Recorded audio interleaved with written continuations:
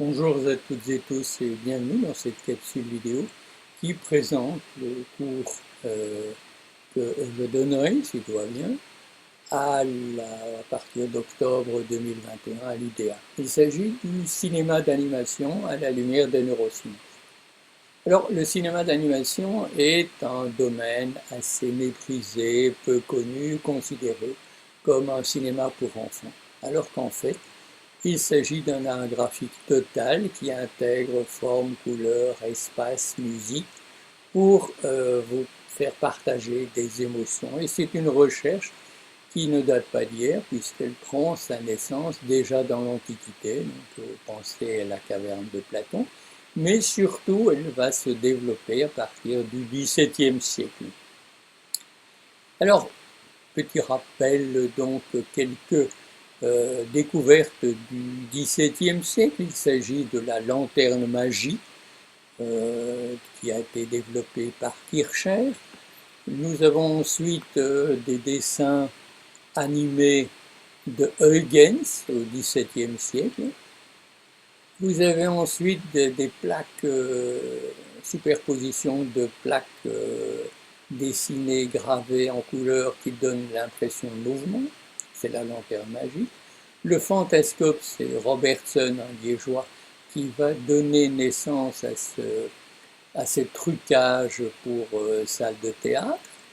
Voilà quelques plaques de fantasmagorie.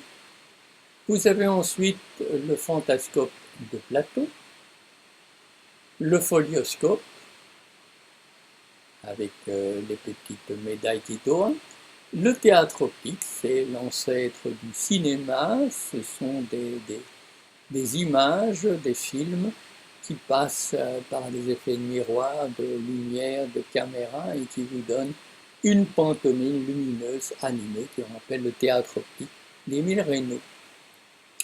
Voilà pour la préhistoire du cinéma d'animation et ensuite nous aurons les origines du dessin animé, donc c'est-à-dire des dessinateurs qui vont image par image générer un mouvement, c'est essentiellement nous aurons à ce moment-là le Winsor McCay aux États-Unis, Emile Cole, donc en France, qui vont dessiner ces petites figurines et qui auront un énorme succès.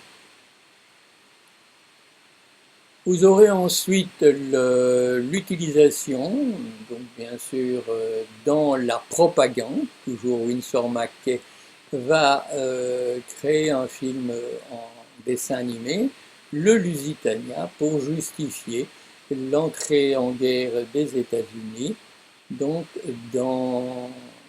suite au torpillage du Lusitania.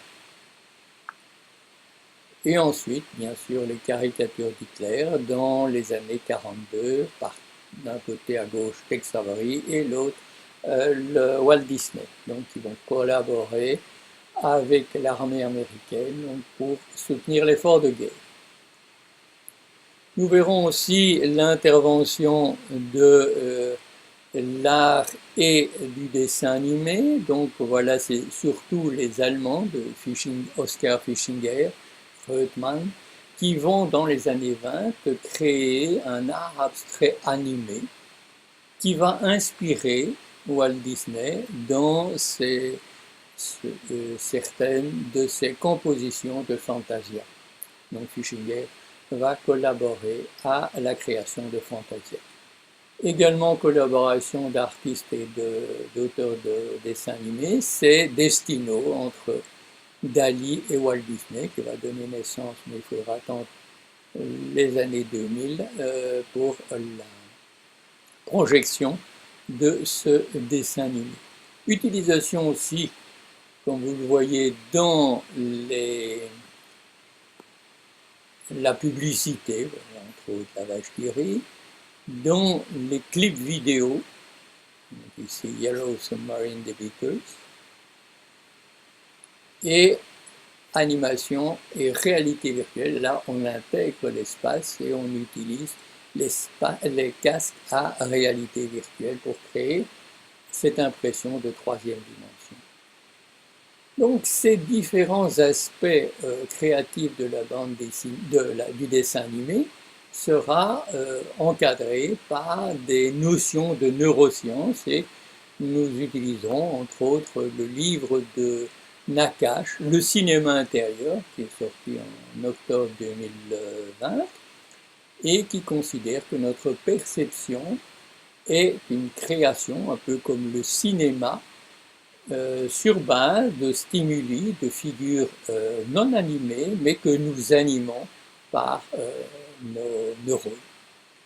Voilà, c'est un peu le parcours que nous ferons pendant ce cours. J'espère vous y voir nombreux. Au plaisir.